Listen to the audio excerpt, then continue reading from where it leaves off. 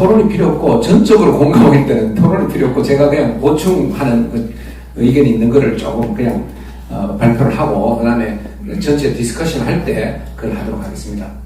제가 좀 준비를 했는데 중복 안 되는 부분만 주로 강조해갖고 빨리빨리 넘어가도록 하겠습니다. 저도 이 자료를 좀 준비를 해놨었는데 이게 우리나라가 처음에는 그 중국과 상당히 그 전쟁 이후로는 굉장히 멀어진 관계였죠. 아무 정말 적대 관계였는데 이제 한중 수교가 이루어지고 그러면서 또 좋아지다가 또 사드 들어오면서 또 나빠지고 지금은 이제 미중 패권 과정에서 이 박정희 정권 때는 철저한 방공 노선을 했어요. 그래서 중국 사람들이 토지도 소유를 못하게 하고요. 포교 대규모 사업을 전부 못하게 하고 은행 대출도 못하게 하고 아주 제한을 많이 했어요. 그래서 제한을 많이 했는데 이 박정희 정부 때는 하여튼 굉장히 왜냐하면 뭐 전쟁 끝나고 방공 정책을 했기 때문에 그런 적이 있었죠. 근데 이제 중국이 개방을 하면서 또 WTO 가입하면서 이제 중국이 개방하고 하니까 이제 우리하고도 관계가 이렇게 개선되면서 이제 서로 관계를 하게 된 거죠. 그런데 2012년에 이제 시진핑이 이제 중국몽이라는 걸 내세우면서 굉장히 원래는 이제 WTO 들어오면서 개혁 개방을 하고 이제 그리고 또 중국몽을 내세우면서 중국이 어느 정도 살만하니까 이제 뭐 아시아 인프라 은행도 만들고 화웨이 틱톡 해갖고 이제 계속 그 해외 영향력을 확장하는 그런 얘기를 했죠. 중국이 처음에 WTO 가입하는 거는 이제 세계 시장에 와서 장사를 하라는 의미로 열어준 거예요. 그러면서 이제 처음에 클린턴은 이 중국을 개혁 개방해가 잘 살게 하면 민주국가가 될 것이다. 그래갖고 이제 민주국가가 되면 아무리 커져도 아무 문제가 없죠. 그런데 이런 기대하고는 달리 중국은 여전히 그 체제를 변화시키지 않고 오히려 좀 반대로 가고 있는 상황이 되고 그러면서 이제 미중 패권 다툼이 아주 본격화되는 거죠. 그래서 이제 트럼프 대통령이 이걸 좀 바꿔보자 하고 이제 나오면서 이제 관세 전쟁을 시작하고 중국에 대해서 아주 하고 그 다음에 바이든 정부도 그걸 이어서 했어요. 그 다음에 이제 트럼프 2기가 되면서 본격적으로 지금 관세 전쟁을 하죠. 이건 거의 전쟁이죠. 그러니까 이제 총으로 전쟁 안 하고 서로 총으로 전쟁하면 결국 핵폭탄 둘 다 쏘고 죽는 거니까 이제 경제 전쟁을 하는 거죠. 아까 말씀하신 대로 그런 상황입니다. 근데 이걸 잘 보시면요, 이게 미국 GDP인데요, 미국의 경제 규모예요. 근데 이게 일본 동아시아 IMF 위기가 일본이 그냥 미국을 따라잡으려고 하다가 동아시아 외환위기 이후로 완전히 가버렸어요. 네. 그 다음에 또 유럽도 굉장히 유로를 하면서 미국을 규모를 앞서고 하다가 이게 이제 미국이 글로벌 경제 위기 때 그 이후로 유럽이 완전히 또 정체를 해버려요. 그런데 중국은 WTO에 가입하고 나서 엄청나게 성장을 합니다. 세계 시장에 들어와서 물건을 팔기 시작하면서 엄청나게 하는데 거의 미국을 많이 근접하고 있죠. 근데 여기서 코로나가 터지면서 중국 경제가 사실은 완전히 이렇게 또 옆으로 가고 있어요. 그걸 보면 참 미국이 대단하다 하는 생각도 들고 정작 2010년에 미국에서 터졌는데 거꾸로지는 건 EU가 거꾸로지고 미국은 계속 성장한단 말이에요. 그래서 이게 이제 결국 미국의 패권에 가까이 올수록 미국은 견제를 해갖고 잡아뜨리는 그런 거죠. 그런 게 있습니다. 그래서 미국도 지금 만만치는 않아요. 빚이 너무 많아요. 미국도 돈을 많이 찍어갖고 코로나 때 또 찍고 그래서 그런 문제가 있고 또 미국의 경상수지도 수출 수입 관계로 돈을 많이 잃고 있죠. 전 세계에다가 무역 적자를 보여갖고 특히 중국이나 이런 동아시아 쪽에 물건이 많이 들어오면서 이제 그런 무역 수지도 경상 수지도 굉장히 안 좋아요. 미국이 사실 상당히 상황이 안 좋은 상황이죠. 특히 이 미국 제조업에 보면요, 미국이 옛날에 디트로이트 이런 데 자동차 많잖아요. 사람들 북적북했는데 지금은 미국 제조업 고용지수가요, 이게 지금 한 1900만에서 지금 거의 1200만인가 확 줄어버렸어요. 그러니까 미국의 이 러스트벨트나 이런 데 미국의 근육 노동자 이렇게 이런 사람들이 일자리가 거의 없어졌어요. 그러니까 이제 트럼프가 이거를 다시 하려고 그러고, 사실은 미국은 이제 원래는 이제 그렇죠. 달러를 갖고 물건을 살 수 있으니까, 달러 찍어 살 수 있으니까 미국이 어떻게 보면 제조업이 좀 약화됐는데 이제 미국이 공급망이 최근에 코로나 이후로 공급망이 무너지고 중국이 공급망을 장악하면서 안 되겠다. 미국 공장을 데리고 만들고 그다음에 그 일자리도 만들어갖고 이 서민들도 잘 살게 되겠다. 그게 이제 지금 미국 트럼프가 지금 생각하고 있는 거죠. 그래서 여기 보면 이제 비농업 고용자는 엄청나게 늘고 제조업은 계속 줄고 있는 거죠. 그래서 미국이 사실은 이제 전쟁이 터지니까 무기도 못 만들어요. 배도 못 만들고 이제 대한민국하고 이제 손잡고 미국이 지금 배도 못 만들어요. 그래서 대한민국 조선회사 좀 도와달라고 해갖고 이제 하는데 앞으로 그런 분야에서 많이 우리가 될 거예요. 그래서 이제 문제는 정상적으로 국가가 이렇게 자유세계에 이렇게 편입이 되면 커지면 오히려 시장이 커지니까 좋은데 이게 이제 좀 어떻게 보면 외국에 대해서 영향력을 자꾸 높이려고 하다 보니까 각국들이 이제 이런 침투에 대해서 굉장히 조심해야지 하는 그런 경계가 많고 그래서 개별 기업 차원에서는 이제 중국 자본 투입에 대해서 그 기업을 지키기 위해서 여러 가지 방법이 있어요. 그래서 이런 방법들 아까 이제 좀 있었는데 황금주 같은 경우 예를 들어서 알리바바 같은 경우는 딱 한 주를 정부가 갖고 중요한 의사결정을 할 때는 반드시 이 한 주가 영향력을 행사해요. 그렇게 되면 아무리 주식을 사모아도 그걸 뺏지를 못하죠. 뭐 그런 식으로 그 기업의 경영권을 뺏기지 않는 여러 가지 경영학적인 김병준 교수님 잘 아시겠지만 그런 전략들이 있어요. 그걸 좀 이런 걸 나열해놨고요. 황금주라는 게 이제 그런 거고 이런 거 비슷한 것들이 많아요. 미국, 중국의 알리바바나 이렇게. 근데 우리나라는 이런 걸 거의 안 하고 있어요. 왜냐면 이게 이제 사실은 글로벌 기준에서는 좀 떨어지는 건데 지키기 위해서는 이런 걸 좀 만들어야 되는데 완전히 지금 무장 해제가 되어 있는 거죠. 우리나라는 제가 볼 때는 선진국에서 중국 자본 들어오는 걸 많이 규제를 해요. 미국도 법을 만들어갖고 2018년부터 만들어갖고 그 외국에서 중국에서 돈 들어오는 걸 굉장히 심사를 강화했어요.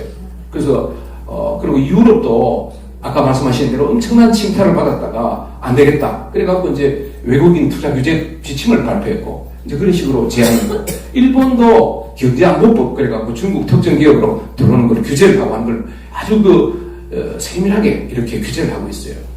그래서 이제 주요국들이 전부 이런 중국 기업들을 들어오는 걸 갖다가 여러 가지 방법으로 규제를 하면서 지키고 있는데 그 사례들을 보면 이제 황금주 방식, 외국인 투자 심사를 독일 같은 경우는 강화하고 미국은 또 미국의 CFIUS라는 게 미국 외국인 투자 심의위원회라는 게 있어요. 이걸 통해 갖고 굉장히 규제를 좀 많이 하고 있고 프랑스도 여러 가지 형태, 인도도 중국계 자본이 들어오는 걸 여러 가지로 견제를 하고 있는 상황입니다.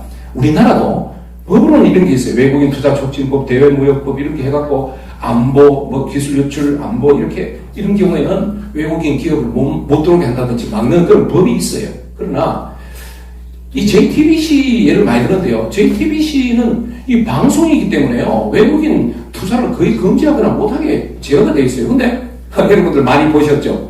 이 JTBC 아들 회사가 있어요. 아들 회사. 아들 회사에 1,000억을 주는 거예요. 콘텐츠 만드는 데다가. 그러니까 아버지는 안 받았다 이거예요. 아들이 받았으니까 이거는 그냥 슬쩍 넘어가는 거예요. 그러니까 아까 교묘한 방법으로 우리 법망을 피해갖고 들어오는데 사실은 이걸 막을 의도가 없으면요. 그냥 당하는 거예요.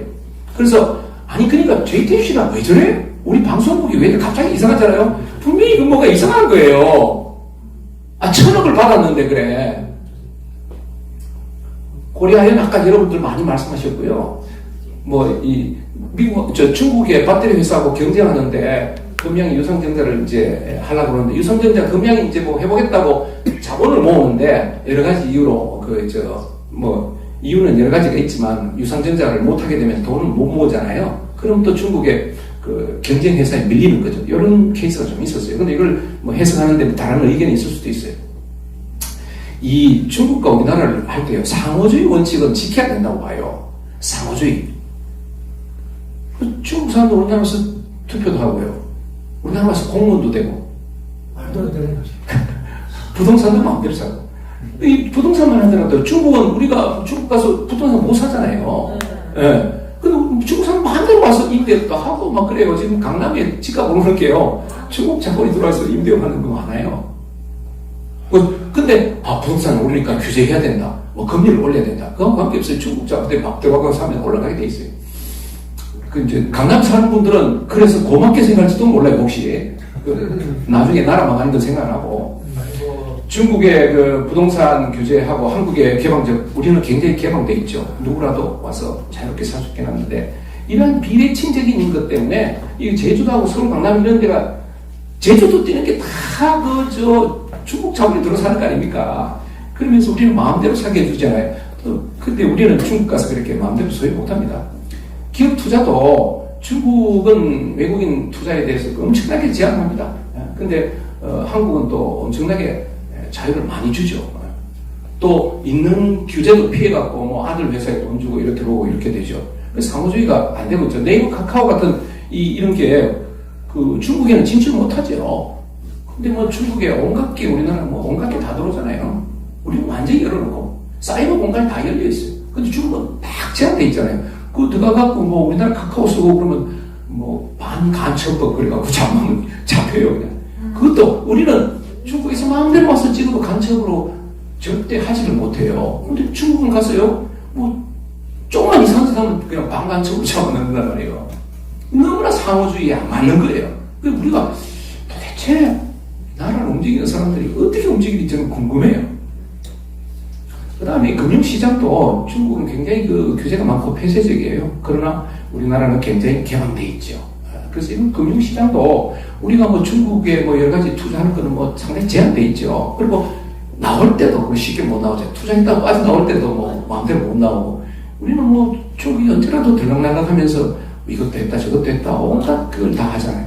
이런 게 벌써 상호주의에 안 맞는 거예요. 물론 상호주의는 미국 말고 투표권도 우리는 뭐 조금 사는 투표권 주죠. 우리가 우리나라 사람 중국 가서 투표합니까? 투표할 것도 없지만 그런 식으로 이게 불균형적이란 말이에요. 기술 이전 아까 말씀 많이 하셨잖아요. 중국이 그 강제로 기술 이전 다 시키고 그렇게 기업에 대해서 압력을 넣는 게 쉽지 않거든요. 그러니까 이것이 게임의 룰이 불공정한 거죠. 그래서 이제 한국에 대한 거 경영권 방어 같은 거 기업을 뺏기는 게 그냥 지금은 국가 전략입니다. 이게 단순하게 기업의 뭐 시장 경제 뭐 이런 논리가 아니고 이 핵심 산업에 대해서는 막아야 되는데 그런 생각이 전혀 없는 것 같아요. 그래서 아까 말씀 많이 하시는데 큰일 났어요. 중국의 투자 전략이 지분을 확보해갖고 경영 개입하고 기술 이전하고 나중에 또 싹 처리하고 뭐 그런 개념을 하니까 특히 아까 사모펀드 말씀하셨는데 이게 말이죠. 돈이 꼬리가 찾기 어려워요. 여러 군데로 우회적으로 막 들어가 그 기업을 장악해버리니까 그냥 가만히 보고 있으면 그냥 눈도 뜰 새 없이 그냥 당해버리는 거예요. 어느 날 갑자기 보면 이게 다 넘어가는 거예요. 그래서 대응 방안은 이제 외국인 직접 투자를 심사하고 핵심 산업에 대해서 이 법적 장치를 마련해야 되는데 법을 안 만들죠.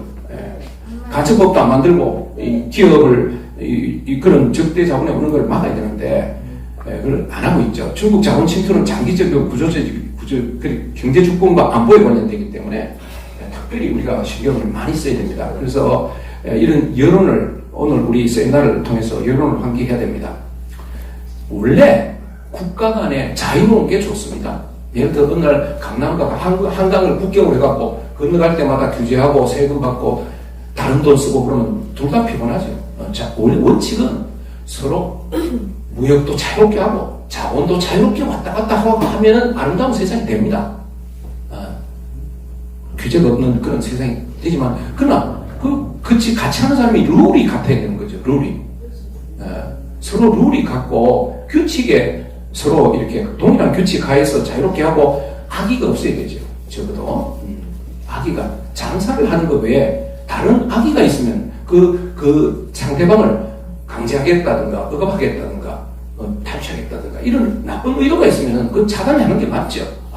그래서 이제 원래는 자유무역이나 이 관세 없는 게 아름다운 세상을 오는 거죠. 어느 날 뭐 일본과 중국이 서로 무역 안 하면 일본은 자동차만 만들고 사우디는 그냥 기름만 갖고 아무 의미가 없잖아요. 교환함으로써 무역함으로써 후생이 전진되는 것인데 자유무역이 좋은 걸 학자들 다 알지만 왜 지금 이렇게 보호무역 체제로 가고 자기 나라 산업을 보호하고 하려고 하느냐 하는 그런 문제죠. 마찬가지로 우리나라도 마찬가지예요.